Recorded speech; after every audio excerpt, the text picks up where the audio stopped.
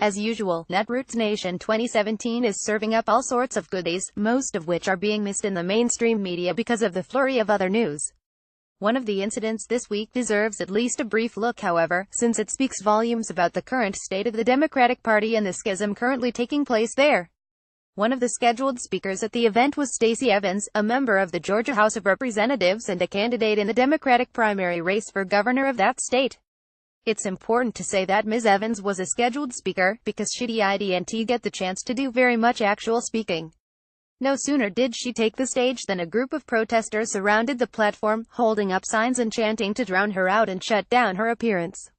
What were they upset about? Does she favor some pro-gun or pro-life policies? Was she seen wearing a Make America Great Again hat or something? Nope.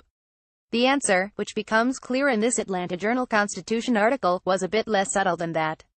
Democrat Stacey Evans' speech to a conference of progressive activists descended into chaos on Saturday, as protesters interrupted her repeatedly and she struggled to make herself heard over chants of support black women. Evans, a Smyrna state legislator who is white, expected a tough audience at the nn17 event, where her rival Stacey Abrams was treated like royalty. But she said she at least expected to be able to make it through her remarks. That didn't happen. Almost as soon as she took the stage, a ring of demonstrators, some holding stark signs criticizing her, fanned out in front of Evans.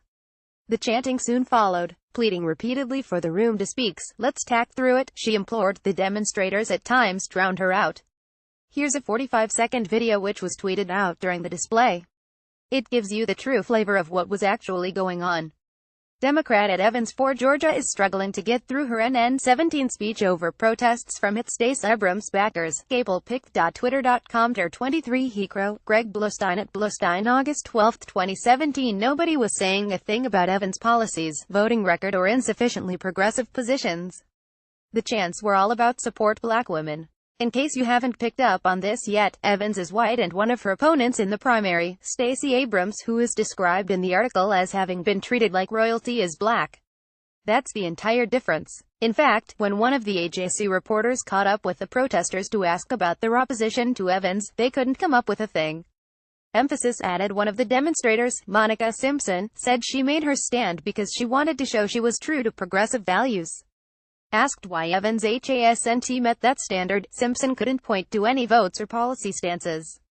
But she said she wants a candidate that truly speaks to my community. This is our opportunity, especially as black women, to make it known or clear that this is standing on true progressive values, said Simpson, who lives in Atlanta. And if you're not, we're going to make that clear. Remember when we talked about the DNC's push for everyone to embrace intersectionality? You're seeing it in action here. Everything is about race, so therefore everything is about gender. Evans' opponent hits the jackpot by meeting both demographic categories, while Evans only checks one of the boxes. And therefore she must be silenced. This is how the ascendant, far-left wing of the Democratic Party is prioritizing their efforts for 2018 and beyond. Those old-school Dems who are interested in reaching a wider audience need to either get with the intersectionality agenda or step out of the way before this train runs them down.